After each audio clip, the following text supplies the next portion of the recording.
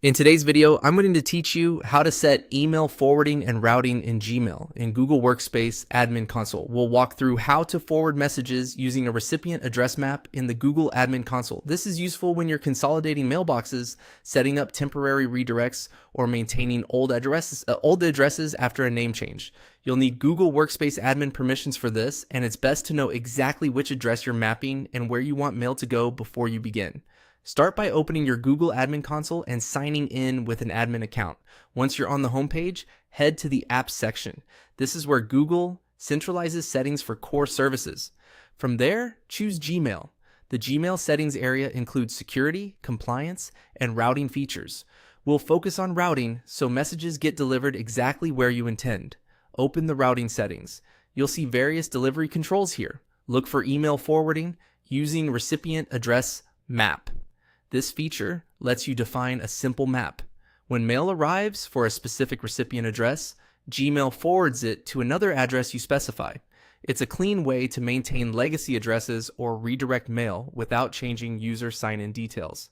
Select the email forwarding using recipient address map option and click Configure. If you already have configurations, you can add to them. If not, you'll create a new one. Give yourself a moment to consider scope.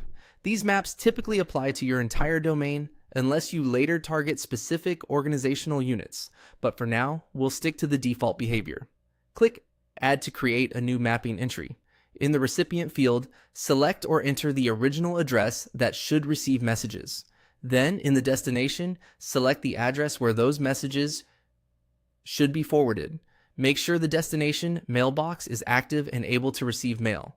Forwarding won't work if the target is suspended or blocked.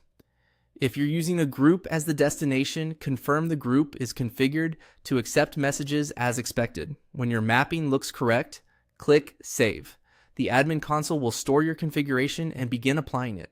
Keep in mind that changes may take a few minutes to propagate across Google's systems.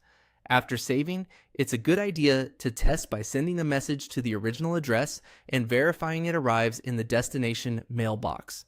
If the message doesn't appear, double-check spelling, confirm the destination exists, and review any conflicting routing rules you may have set elsewhere. That's it. You've set up email forwarding using a recipient address map in the Google Workspace Admin Console, keeping mail flowing smoothly with minimal disruption.